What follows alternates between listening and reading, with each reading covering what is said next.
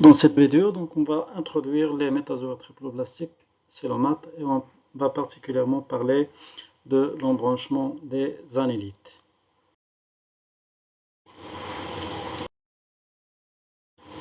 Comme nous avons vu dans les vidéos précédentes et dans le cours, donc, nous avons vu que chez les célomates et surtout chez les triploblastiques, donc, on a une apparition progressive de certaines cavités au niveau du mésoderme. C'est ce qu'on appelle la cavité générale ou bien les cavités célomiques. Donc l'apparition de ces cavités elle est progressive. Donc, et on a vu qu'on a trois étapes. On a les acélomates, puis les pseudocélomates et, et les célomates. Donc ce célome qui apparaît chez le célomate, donc il est indispensable au perfectionnement de l'organisation, c'est-à-dire il permet le perfectionnement des organes et parce que les organismes sont de plus en plus, ils ont une taille plus grande et ils ont une mobilité plus active et ils ont un métabolisme accru. Et ce célome, donc, il doit avoir certains avantages par rapport aux animaux qui n'ont pas de célome ou bien par rapport aux acélomates et ces pseudocélomates. Il permet à l'organisme, aux organes ou bien aux animaux d'avoir un squelette. Ce squelette, elle est hydrostatique. Donc, elle permet, surtout le liquide que contient le sélum, donc elle permet à ces animaux d'avoir un squelette hydrostatique qui amplifie l'efficacité des muscles pariétaux. Donc, elle permet une meilleure mobilité et une meilleure locomotion. Également, le liquide que contient ce sélum, elle facilite la circulation. La circulation de l'homocèle ou bien de l'équivalent du sang et elle est essentielle à l'homéostasie, soit l'homéostasie ionique ou bien le contrôle de la température. Donc, il permet d'assurer l'homéostasie et également il permet l'élimination de déchets. C'est-à-dire chez certains embranchements, on va voir que l'élimination des déchets du métabolisme, elle va se faire à travers ce célome ou bien à travers ces cavités célomiques. Donc également, il permet la mise en place d'organes de plus en plus grands. Donc il permet la croissance, il permet aux organes de croître leur taille. Et également, il permet à certains organes d'avoir des mouvements indépendants par rapport au reste du corps, par exemple, tel que le tube digestif, les poumons chez les organismes qui ont des poumons, le tube digestif, le cœur et les poumons. Donc, le sérum, il permet à ces organes d'avoir des mouvements indépendants du reste du corps, donc ils sont libres dans leurs mouvements. Et également, il assure la communication entre certains organes, par exemple avec le milieu extérieur. C'est le cas par exemple des gonoducts. Ce sont des canaux qui relient les gonades avec les pores génitaux et également les tubules excréteurs qui sont reliés avec les pores qui permettent l'élimination des déchets à l'extérieur de l'organisme. Donc l'acquisition de ce sélum est indispensable à ces animaux et elle a plusieurs avantages comme nous avons vu. Donc chez ces célomates, donc on assiste à un perfectionnement des organes. Donc les organes, on a dépassé le stade de tissu, on est arrivé au niveau des organes. Chez les célomates, donc les organes, ils sont de plus en plus performants. Donc ils travaillent donc ils sont très performants. Et également, on va assister à le début de la différenciation de certains organes, surtout de l'appareil respiratoire chez les mollusques. Donc chez les célomates, les appareils digestifs et excréteurs, ils deviennent très performants par rapport aux organes que nous avons chez les pseudocélomates et chez les acélomates. Et également, donc, on va avoir un début de différenciation de l'appareil respiratoire, surtout chez l'embranchement des mollusques. Et la mise en place de cette organisation des triploblastiques célomates, donc, ils ont évolué en deux directions qui sont des directions opposées. La première direction, c'est la direction des protostomiens et la deuxième lignée évolutive, c'est la lignée des hétérostomiens. Les protostomiens, ce sont des hyponoriens. On va voir tout à l'heure la signification de ce terme. Les hétérostomiens sont en majorité des épinoriens et on va voir quelques exceptions pour les hétérostomiens. Comme nous avons vu la dernière fois, donc chez les triploblastiques, on a ces trois étapes de la formation du célome. Nous avons les acélomates chez lesquels le célome tout simplement il est absent. Et le mésoderme il n'est pas creux, donc il est compact et il ne contient aucune cavité. Chez les pseudocélomates, donc le mésoderme il est creux, mais cette cavité ce n'est pas une vraie cavité célomique, c'est l'équivalent du blastocèle qu'on rencontre chez le blastula. Et pour différencier, je répète, pour différencier entre un vrai célome et un faux célome, on va voir les délimitations de cette cavité célomique. Si elle est délimitée uniquement par le mésoderme, donc c'est un vrai célome. Si elle est délimitée d'une part par le mésoderme, donc la ligne rouge, et par l'endoderme, les lignes jaunes, donc c'est un faux célome. Il correspond au pseudocélome ou bien l'équivalent de ce qui reste du blastocèle au niveau de la gastrula. Donc, et la troisième étape, c'est les célomates, les vrais célomates. Donc, le mésoderme se creuse de cavités célomiques, de vraies cavités célomiques, c'est-à-dire entièrement délimitées par le mésoderme. Chez ces célomates,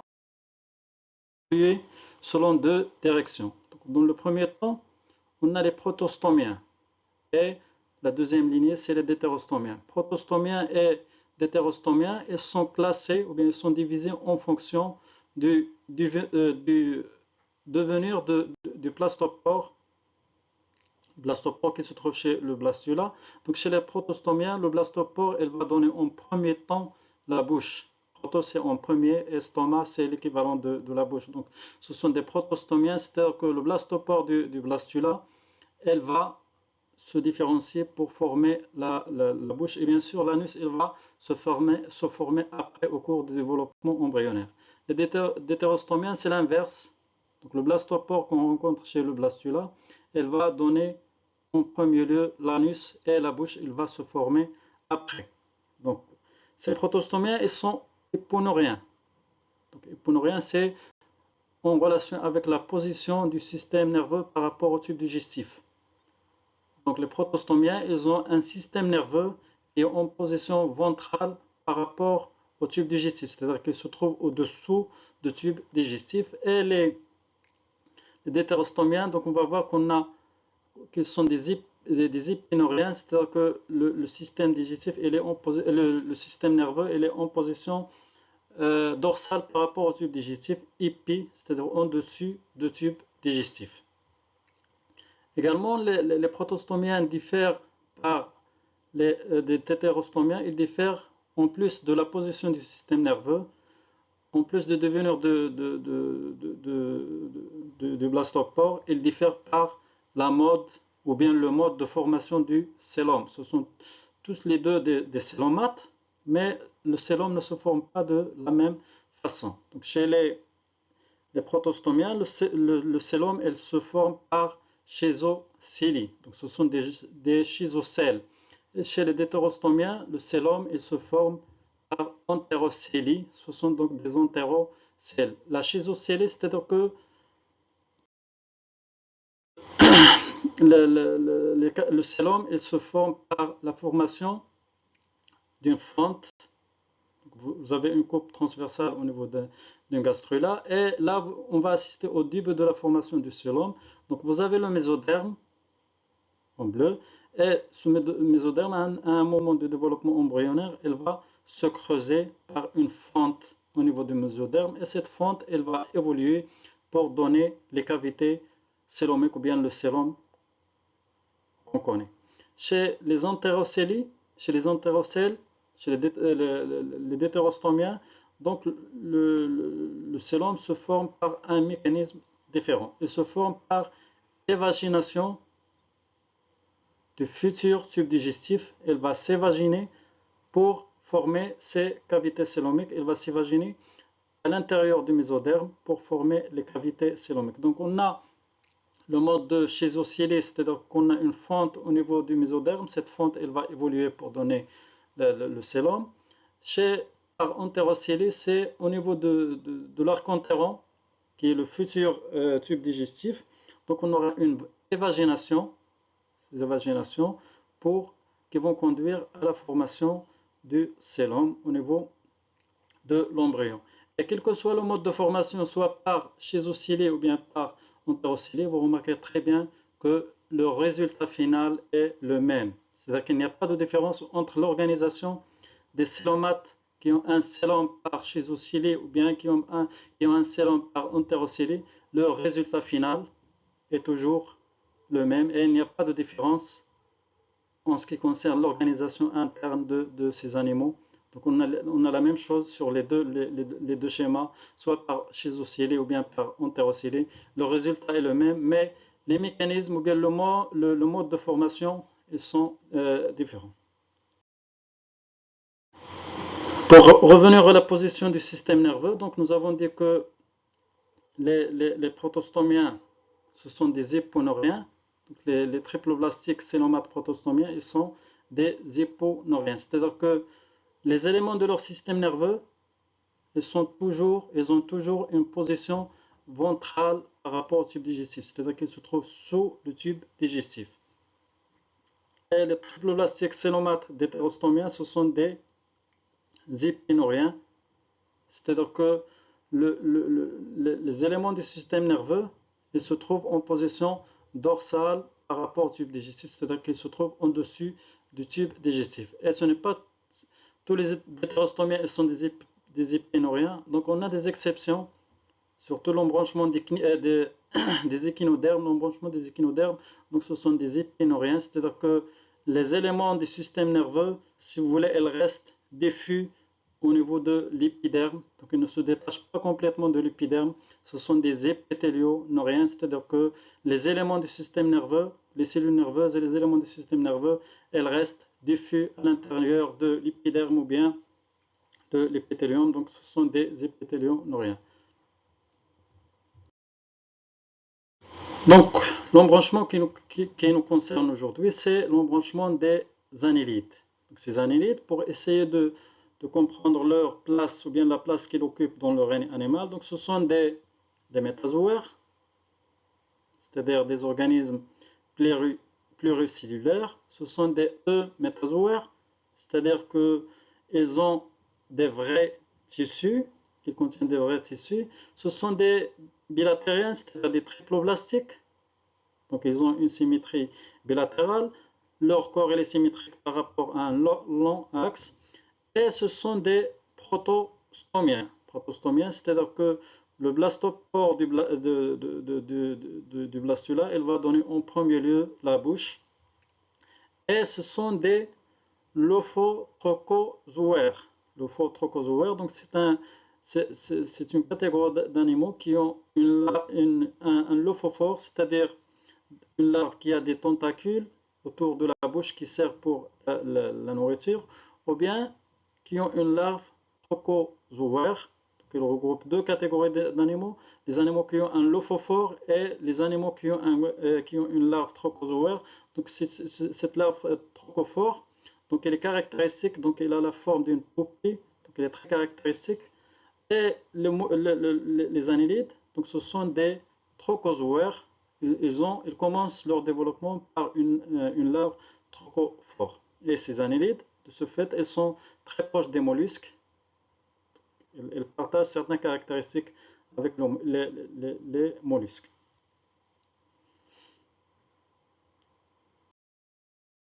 C'est le prostomium, c'est là où se trouve la bouche. La deuxième région, c'est le péristomium, c'est la région qui suit le péristomium. Ensuite, nous avons un long corps, ou bien le tronc, ce qu'on appelle le tronc. Et la dernière partie, c'est le pygidium, c'est la partie terminale qui contient l'anus. Donc vous avez le prostomium, vous avez le péristomium et vous avez le pygidium. Nous avons un tube digestif complet, c'est-à-dire qu'on a les deux ouvertures, la bouche et l'anus. Et parfois on assiste à une spécialisation régionale au niveau du tube digestif, c'est-à-dire que certaines régions du tube digestif sont spécialisées dans certaines fonctions digestives. Donc pour revenir à la métamérisation, donc la métamérisation c'est lorsqu'on a un corps qui est divisé en plusieurs segments et ces segments ils sont similaires. Donc on a une répétition de segments similaires et ces segments on les appelle les métamères.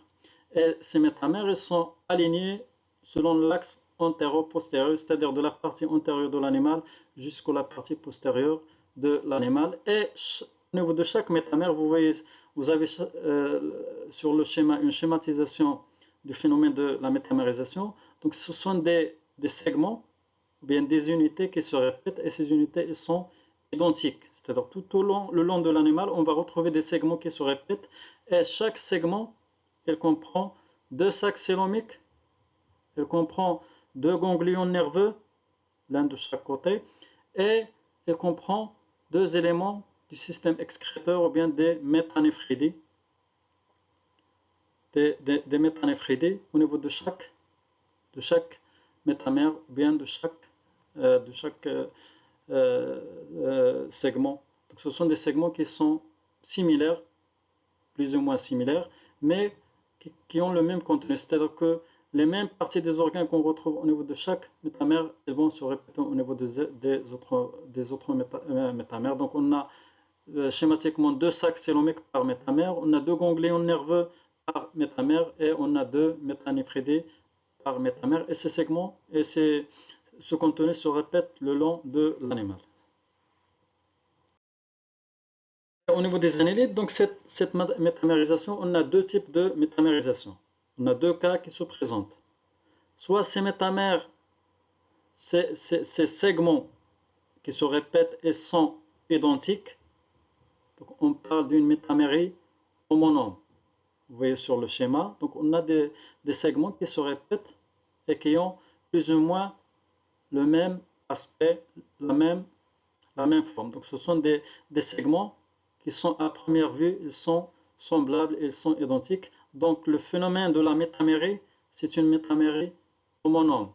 Par contre, on peut trouver chez les annélides le phénomène de la métamérisation. Donc il est toujours présent chez les annélides. Donc les annélides, ils ont un corps métamérisé, un corps segmenté, mais il se peut que les métamères ne soient pas identiques, ne soient pas semblables. Donc on a des métamères de grande taille, on a des métamères de petite taille.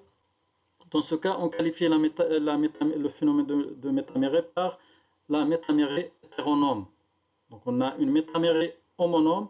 Les métamères, elles ont plus ou moins la même taille, la même forme, donc ils sont semblables. Et on a la métamérie hétéronome, c'est-à-dire que les segments ou bien les métamères, ils sont différents l'un des autres. Et ce phénomène de la métamérisation homonome ou bien hétéronome, elle est étroitement liée au phénomène ou bien au mode de nutrition. Donc les annélides qui ont une métamérie homonome, ils sont surtout des macrophages. Et c'est-à-dire macrophages qui s'alimentent de particules de grande taille. Et les annélides qui ont une métamérie hétéronome, donc ils ont un mode de nutrition microphage, c'est-à-dire qu'ils se nourrissent de petites particules, donc, et également le mode de nutrition et la métamérie, donc elle est étroitement liée à la céphalisation, c'est-à-dire comment au niveau de la région antérieure de l'animal, les organes de sens ils sont regroupés.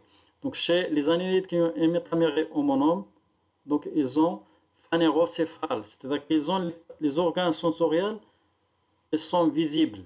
Par exemple les antennes, les yeux, les ocelles, les palpes, les mâchoires, les papilles, donc ce sont des organes sensoriels mais qui sont visibles. Phanéro, c'est-à-dire visibles à l'extérieur.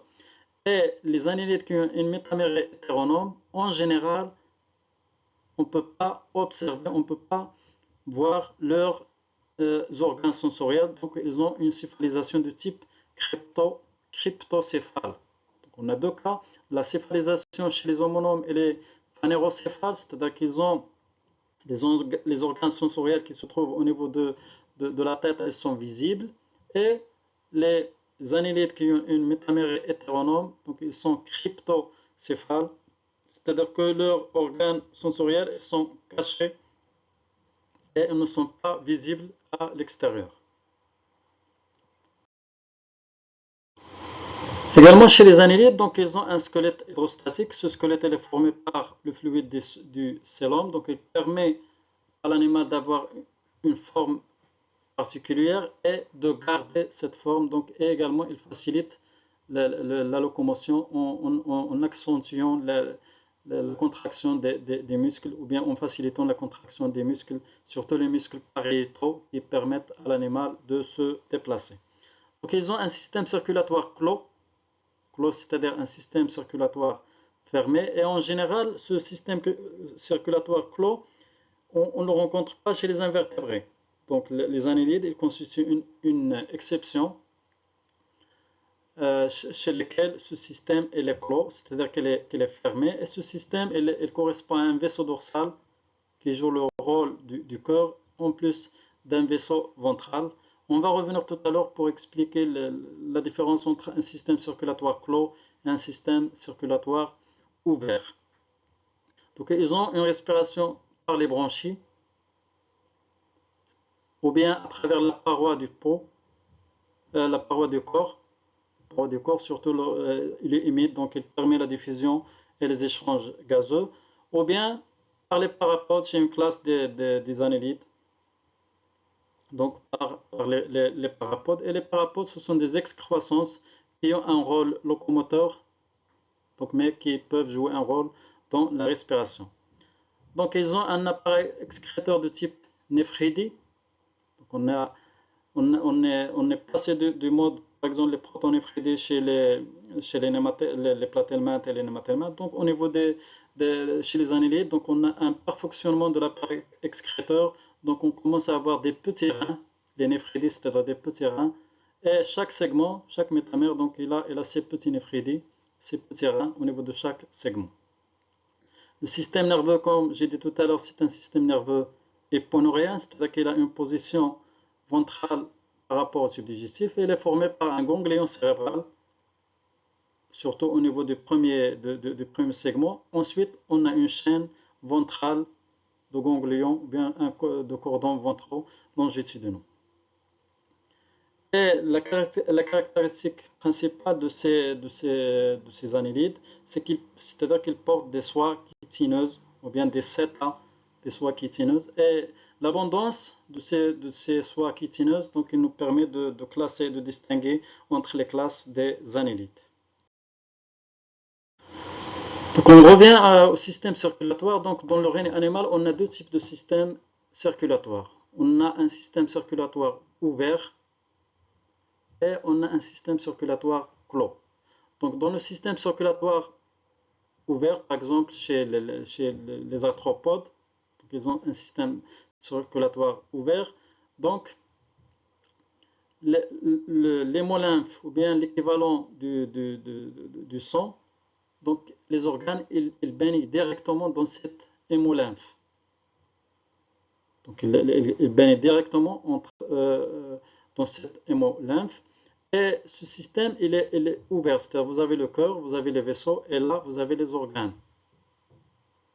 Et le système circulatoire clos, par exemple, comme celui des annélides, comme celui de l'homme, donc on a un système circulatoire clos, c'est-à-dire que le sang, il va circuler, il va être pompé par le cœur, et il va circuler à travers un réseau fermé de vaisseaux et de capillaires sanguines. Et les échanges, ils se font à travers le liquide interstitiel. C'est-à-dire les échanges de gaz, de nutriments, ils se font à travers le liquide interstitiel. Et là, au niveau du système circulatoire ouvert, on va retrouver directement les organes qui baignent directement dans l'hémolymphe ou bien dans l'équivalent du sang. C'est l'équivalent du sang ou bien l'hémocèle.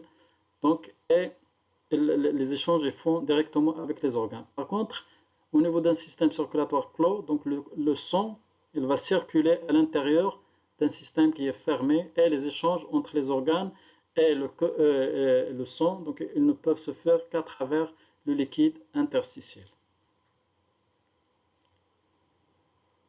Et là, vous avez une représentation schématique du système circulatoire d'un annélide, le ver de terre. Vous voyez le vaisseau dorsal. Comme nous avons dit tout à l'heure, nous avons un vaisseau dorsal et nous avons un vaisseau ventral. Donc le vaisseau dorsal, il achemine le sang vers la partie antérieure de l'animal et le vaisseau ventral, il achemine le sang vers la partie postérieure de l'animal. Vous voyez là des flèches, soit vers l'avant ou bien vers l'arrière. Et on a des cœurs, ce ne sont pas des vrais cœurs, mais des cœurs auxiliaires qui assurent et qui favorisent la circulation du liquide qui va nourrir ces annélides. Et là, vous avez une représentation schématique. Donc, vous avez le vaisseau dorsal et le vaisseau ventral. Là, vous avez l'intestin. Et là, vous avez les parapodes. Ce sont ces excroissances. Et tout à l'heure, nous avons vu que chez certains annélides, donc la respiration, elle peut se faire à travers ces parapodes. Et il se trouve que ces parapodes, elles sont richement vascularisées, donc elles contiennent beaucoup de vaisseaux sanguins, donc qui facilite les échanges de gaz. Donc ce qui va permettre à l'animal de respirer à travers ces excroissances qui se trouvent des excroissances latérales qui ont un rôle locomoteur, mais qui chez certaines classes, ils peuvent permettre la respiration de l'animal. Maintenant, en ce qui concerne la classification de ces annélides, donc tout à l'heure j'ai dit que les annélides, ils ont des soies chitineuses, et selon l'abondance de ces soies, on peut classer et on peut séparer les annélides. Et on a trois classes majeures. Nous avons les polychètes qui représentent presque plus de la moitié. On a 65% des annélides sont des polychètes. On a les oligochètes et on a les achètes. Ce sont les trois principales classes. Et à côté de certains de ces trois principales classes, on a des petites classes, les sépiuncoliens et les équiriens. Ce sont des classes mineures qui représentent presque 5% des annélides. Donc ils sont très peu nombreux. Et dans ce cours, donc, on va parler essentiellement de ces principales classes.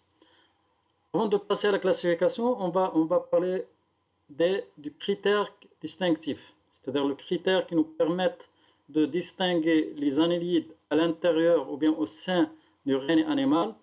C'est quoi ce caractère distinctif? Ils ont un caractère distinctif qui est la présence, surtout chez l'adulte. La larve, elle peut ne pas avoir ce caractère, mais chez l'adulte, chez tous les adultes des annélides, on a au moins une paire de soies chitineuses, qu'on appelle les seta. Donc la présence de ces soies chitineuses, elle est exclusive de l'embranchement des annélides. C'est-à-dire que chez tous les embranchements du règne animal, on ne va pas retrouver des soies chitineuses. Donc la présence d'au moins une paire de soies chitineuses, c'est le caractère distinctif des annélides au niveau ou bien au sein du règne animal. Et selon l'abondance ou bien selon la présence et l'abondance de ces soies, on a les polychètes. Vous avez le terme poly, et chète, c'est seta aux soies chitineuses, c'est-à-dire que ce sont des annélides chez lesquels on va retrouver des soies chitineuses très abondantes. Vous avez les oligos, c'est peu, donc ce sont des annélides qui ont peu de soies chitineuses, et les achètes, ce sont en général des annélides chez lesquels les soies chitineuses elles sont absentes. C'est-à-dire que ce sont des annélides qui avaient des soies chitineuses, mais qui ont perdu, au cours de leur évolution, ils ont perdu ces soies chitineuses. Donc les polychètes représentent 65%, les oligochètes environ 28% et les achètes environ 4%. Et à côté de ces classes majeures, ces classes principales, il y a d'autres petites classes qui contiennent un nombre très faible d'espèces. Donc au niveau des annélides, donc c'est un groupe qui est très diversifié. Donc on a environ 15 000 espèces d'annélides et 10 000 ce sont des polychètes. Et ces polychètes, on les retrouve presque exclusivement dans le milieu marin. Et on a 4 000 à 5 000, ce sont des oligochètes. Les oligochètes, donc ils commencent à coloniser le milieu terrestre, le milieu du saccicole et quelques espèces marines. Et les achètes, c'est le groupe des sangsues. Donc c'est environ 600 espèces. Ce sont des espèces du saccicole et parfois marins. Les deux autres petites classes, donc les séponculiens et les équiriens, donc ils contiennent un très faible nombre d'espèces, 350 et 150. Là, sur ce schéma-là, donc vous avez les principales classes qui constituent l'embranchement des annélides. Vous remarquez la dominance des polychètes par rapport aux oligochètes et par rapport aux zakettes. Donc pour résumer, au niveau de l'embranchement des annélides, on a 5 classes. La première classe, c'est les polyquettes, les oligoquettes, les zakettes, les écuriens et les sepmonculiens. Classe des polyquettes, maintenant on va parler de ce qui différencie les polyquettes à l'intérieur de l'embranchement des annélides. Les polyquettes, ce sont des annélides, mais il y a quelques caractères qui vont les différencier des autres annélides. Et le caractère qui différencie les polyquettes à l'intérieur, non pas du règne animal, mais à l'intérieur de l'embranchement des annélides, c'est la présence des parapodes. Ces parapodes, on va les retrouver uniquement chez les polyquettes. C'est-à-dire qu'on ne va pas retrouver des parapodes chez les zakettes, on ne va pas retrouver des parapodes chez les oligoquettes. Donc la présence des parapodes, elle est exclusive de la classe des polyquettes. Donc le caractère distinctif, dans ce cas-là, ce n'est pas de l'embranchement, mais le caractère distinctif de la classe des polyquettes à l'intérieur de l'embranchement des annélides. C'est la présence de parapodes. Et ces parapodes, ce sont des excroissances latérales qui ont un rôle locomoteur et qui portent les soies chitineuses. Et ces soies chitineuses, elles sont rigides. Vous avez les polyquettes, c'est-à-dire qu'ils portent plusieurs soies chitineuses, mais la présence de soie, ce n'est pas le caractère distinctif de la classe des polyquettes, mais c'est surtout la présence des parapodes. Donc les parapodes, c'est exclusivement chez la classe des polyquettes. Si vous retrouvez des échantillons, bien de spécimens, c'est facile de séparer entre un polyquette et un oligoquette. Il faut tout simplement regarder la présence des parapodes. Ça nous indique l'appartenance de ce spécimen à la classe des polyquettes. Ils sont en général marins, c'est-à-dire qu'il n'y a pas de polyquettes dans les eaux douces, dans les rivières, dans les lacs, dans les barrages, mais ils sont exclusivement marins. Soit ils sont nageurs, c'est-à-dire mobiles, ils sont capables de se déplacer, de nager, ou bien tubicules ou bien benthiques, c'est-à-dire qu'ils sont fixés. Donc on a des polyquettes libres et mobiles, on parle de polyquettes errants, et on a des polyquettes qui sont sédentaires, ils sont fixés et ils sont sédentaires. Au niveau de la tête, on va retrouver les organes sensoriels habituels. On a des yeux, des antennes, des palpes, des mâchoires pour l'alimentation. Et on a des cires tentaculaires. Donc on retrouve les organes habituels qu'on retrouve au niveau de la région antérieure des animaux. Donc ils sont soit fixés, soit errants, c'est-à-dire qu'ils peuvent se déplacer ou bien ils sont fixés. Ils sont des prédateurs. Donc ils se nourrissent de plusieurs animaux. Parfois, ils se nourrissent sur des œufs des animaux. Et dans certains cas, ils peuvent être microphages, c'est-à-dire qu'ils peuvent se nourrir des particules qui se trouvent dans l'environnement ou bien dans leur milieu de vie. En ce qui concerne leur reproduction, ce sont des espèces gonochoriques, c'est-à-dire qu'on a une séparation de sexe, on a un dimorphisme sexuel, et la fécondation elle est externe, et le développement il est indirect, et elle commence par la larve trochophore, la fameuse larve trochophore des trochozoaires. Et cette classe des polyquettes, elle contient en général 25 ordres répartis en 87 familles.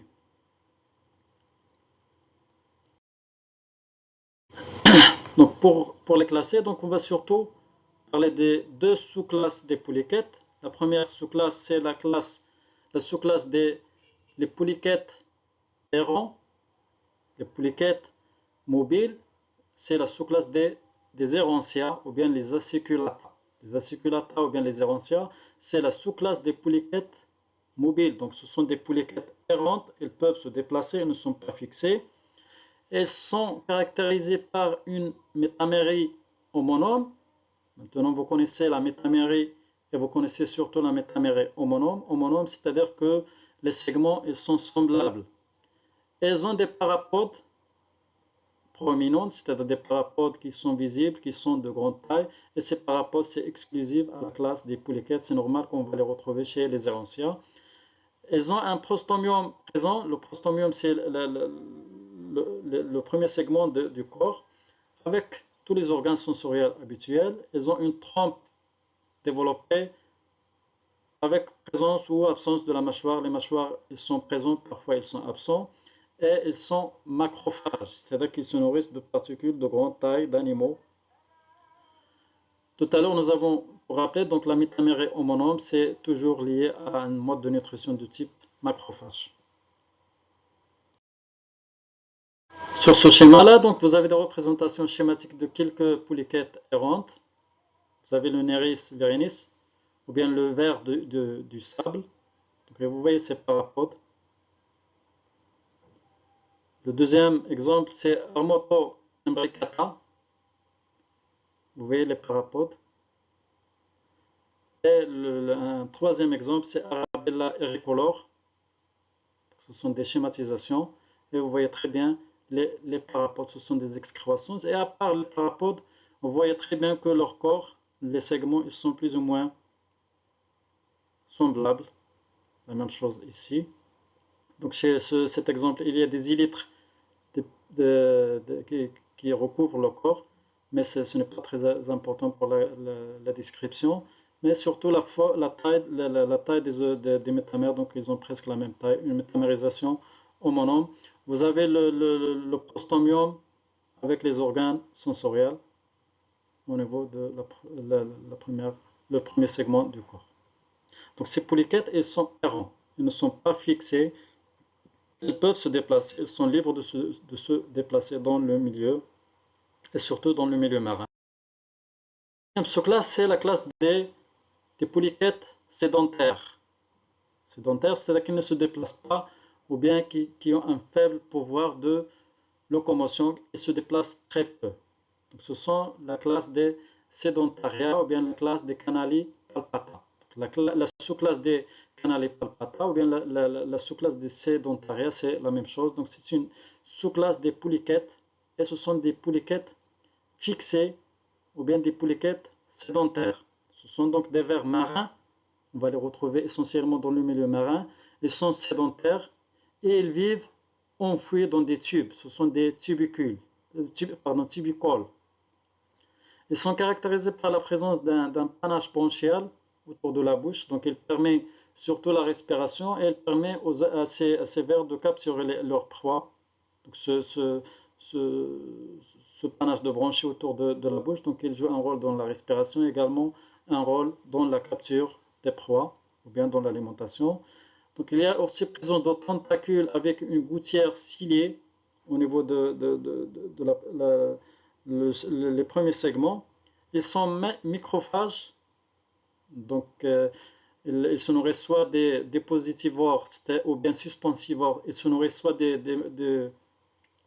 matières en suspension ou bien des dépositivores. Donc ce sont des animaux qui se nourrissent en particulier de matières organiques qui se déposent sur le fond de l'eau.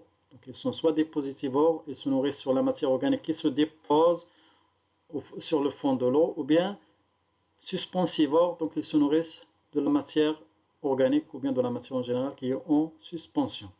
Ils n'ont pas de trompe, donc ils sont microphages, donc la trompe ça sert à rien, donc ils n'ont pas de mâchoire, la même chose.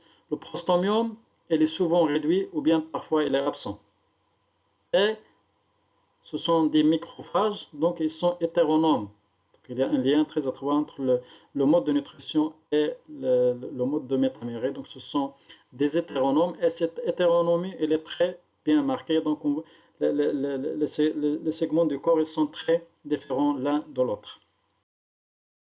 Schéma là, donc je vais vous donner quelques exemples de ces animaux, donc de ces vers sédentaires, de ces annélides sédentaires. Donc, ils sont, comme j'ai dit tout à l'heure, ils sont tubicoles. Vous voyez là, ils vivent enfouis à l'intérieur d'un tube. Par exemple, ce ver, Chaetopterus variopedatus. Donc, il vit enfoui à l'intérieur de ce tube qu'il creuse lui-même. Et là, vous avez le sens de l'eau.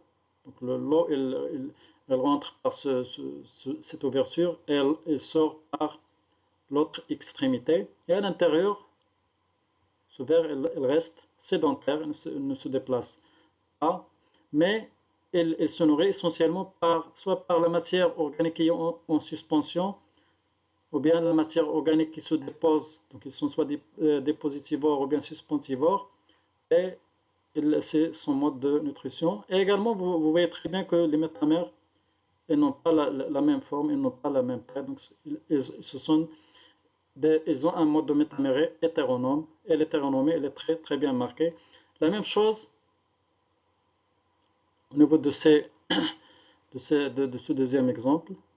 Donc, Arenicola marina, donc ils vit enfouis dans le sable, à l'intérieur de tubes, ce sont des tubicoles, et vous voyez l'hétéronomie ou bien des métamères. Les métamères sont très différents, et vous avez ces seta ou bien ces soies chitineuses qu'on les retrouve et qui caractérisent l'embranchement en général, l'embranchement des annélites.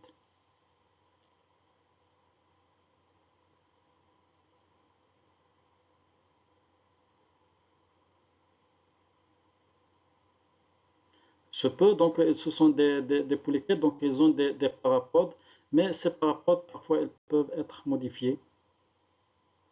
Ce sont des parapodes modifiés. Et là, vous avez des parapodes qui sont modifiés.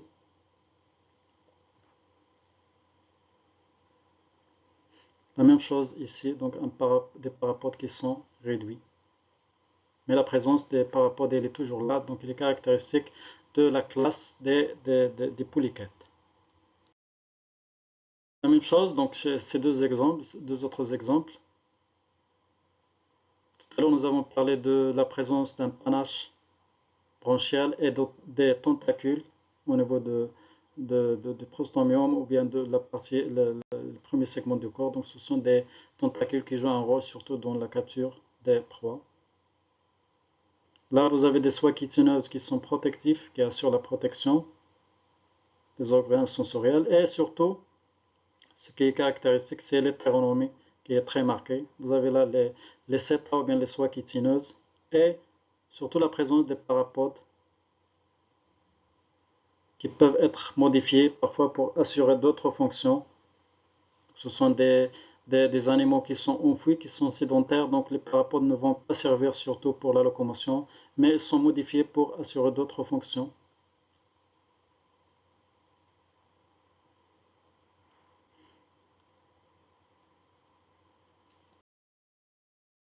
Donc après la classe les polychètes, donc ils sont caractérisés par la présence surtout des parapodes.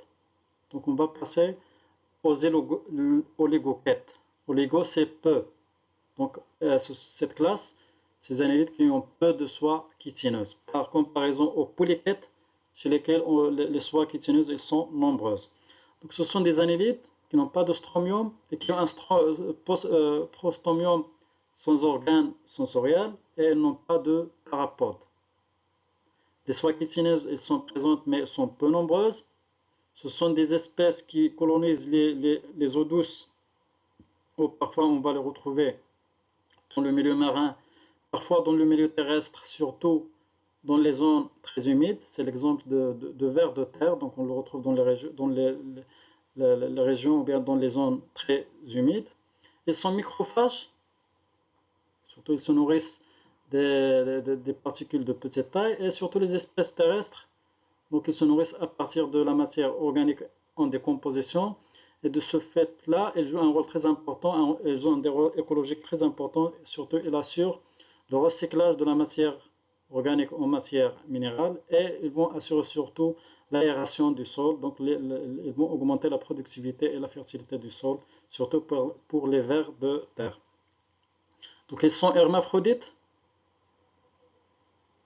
et il n'y a pas d'autofécondation, la fécondation elle est croisée, c'est-à-dire malgré la présence des gamètes mâles et femelles chez le même individu, il n'y a pas d'autofécondation, et leur développement il est direct, il n'y a pas de stade larvaire.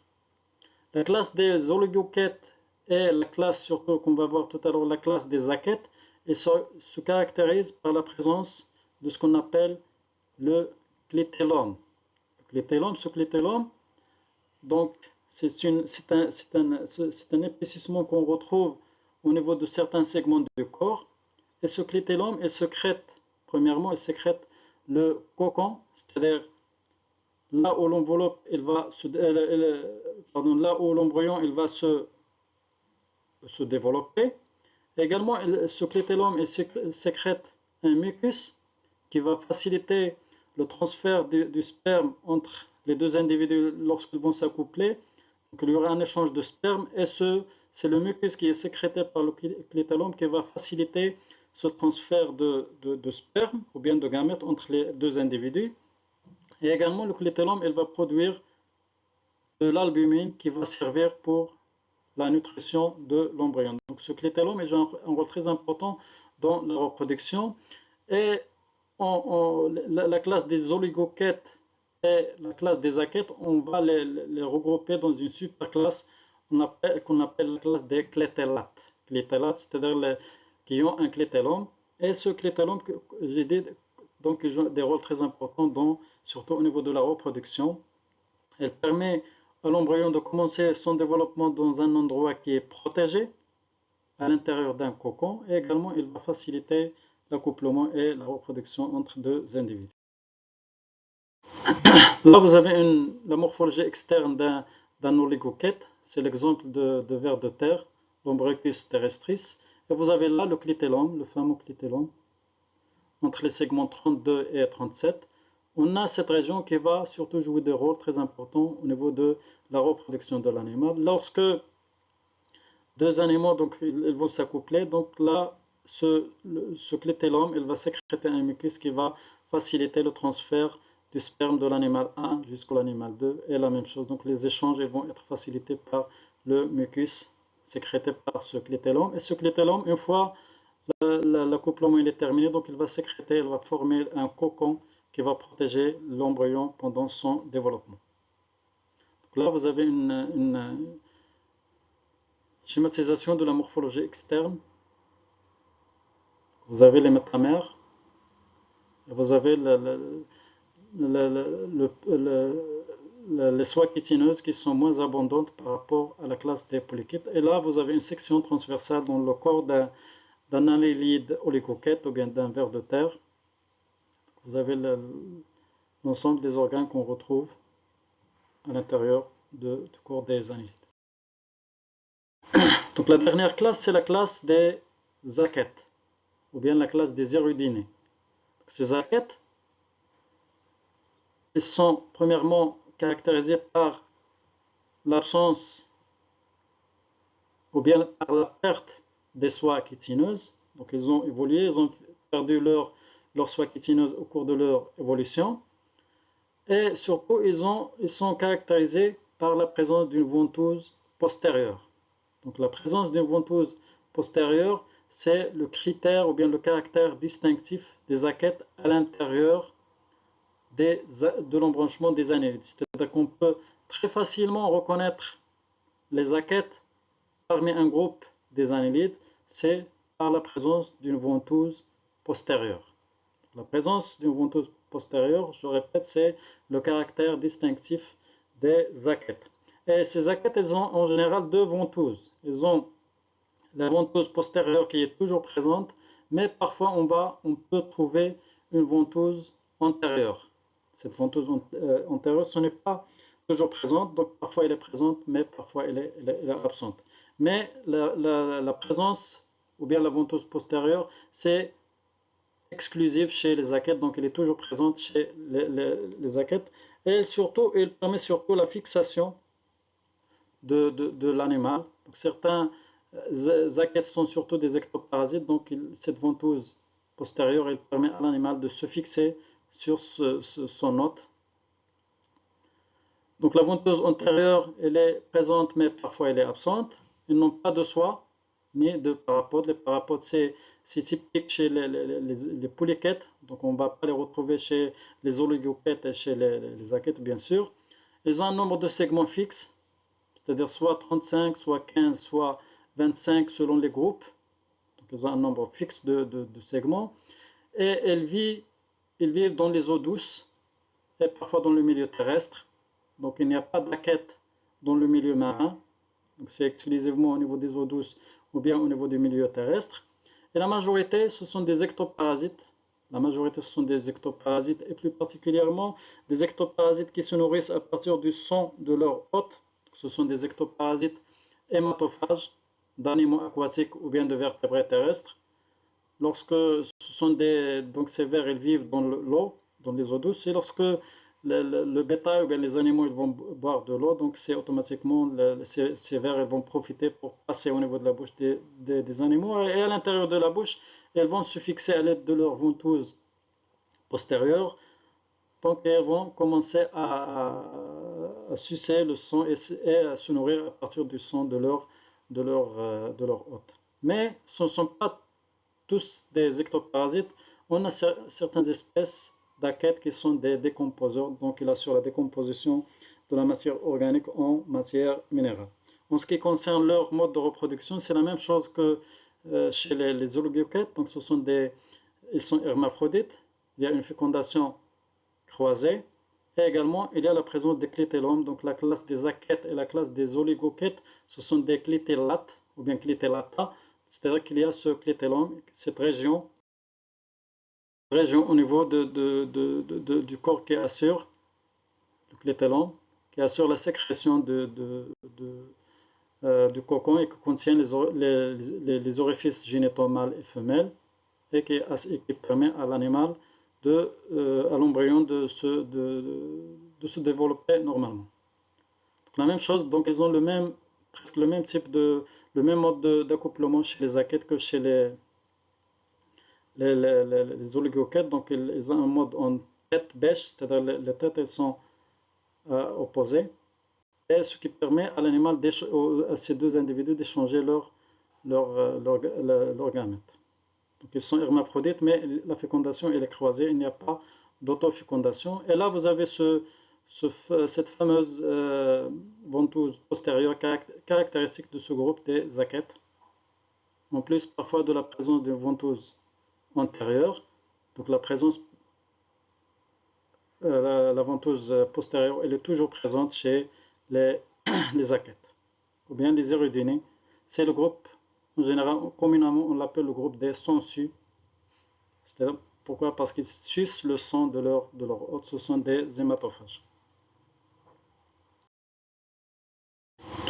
Donc pour résumer surtout sur la classification des annélides, on va reprendre ce cladogramme des annélides. On va parler surtout des caractères. Donc sur ce cladogramme, on a les caractères qui distinguent les annélides. Par exemple, les annélides, donc ce sont des protostomiens. Donc le cellome est formé par schizocélie. Donc il y a au niveau de leur épiderme ou bien au niveau de leur tégument, il y a des soies chitineuses, des seta ou bien des soies chitineuses. Il y a le corps qui est métamérisé. Il y a les parapodes et il y a une tête de type annélidien. Donc, tous ces caractères, ils caractérisent la classe des polychètes. Ensuite, après les polychètes, les annélides vont perdre leur parapode. Donc, il y a absence de parapode. Les polychètes ils sont gonochoriques. Là, on parle d'animaux hermaphrodites, donc l'hermaphrodisme. Le développement direct, donc les polychètes se développent à partir d'une larve trochophore. Le reste de ces annélides, donc, ils vont avoir un développement direct. Et il y a surtout la présence de ces clitellomes. Donc, on va regrouper l'ensemble sous forme de clitellata, une superclasse qui va regrouper les oligoquettes et les aquettes, ou bien les Eriduna. Et ils ont un système de reproduction séparé. Donc l'orifice génital mâle et l'orifice génital femelle ne se retrouvent pas au niveau du même segment. Donc c'est le groupe des oligoquettes, ou bien oligoquettes. Ensuite, au cours de leur évolution, on aura réduction du nombre de seta, ou bien de soies chitineuses, ou bien carrément l'absence des soies chitineuses.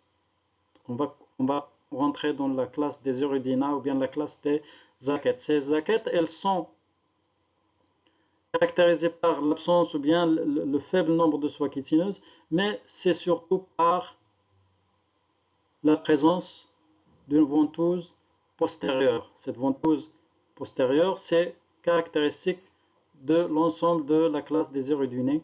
Donc on a 3 sous-classes ou bien 3 ordres au niveau des érudinats. Et vous voyez là le nombre fixe de segments. Soit on a par exemple les acontors d'Elida, donc ils ont 27 segments. Les branchiaux d'Elida, donc ils ont 15 segments. Et les Eurydina, ou bien le groupe de Sensu, donc ils ont typiquement 34 segments. Donc sur ces axes, c'est surtout les caractères qui caractérisent chaque classe. Et pour terminer, donc on a l'ensemble de ces caractères, donc ils décrivent l'ensemble de l'embranchement des annélides, mais à l'intérieur de cet embranchement, on a des caractères qui sont présents uniquement chez les polychètes, on a des caractères qu'on va les retrouver uniquement chez les oligochètes, et on a d'autres caractères qu'on va les retrouver en général chez les achètes ou bien chez les érudines. Et d'une façon générale, pour terminer, donc l'évolution au niveau des annélides, il se fait dans le sens des polychètes, oligochètes et érudines. C'est-à-dire progressivement, les annélides elles vont se transformer de type polychète, oligochète et érudine, surtout par la perte des parapodes, par la perte des soies chitineuses et ainsi de suite. Mais ça ne veut pas dire que les érudinés sont plus évolués par rapport aux autres classes, mais tout simplement le sens de l'évolution qui va dans ce sens. Et merci de votre attention.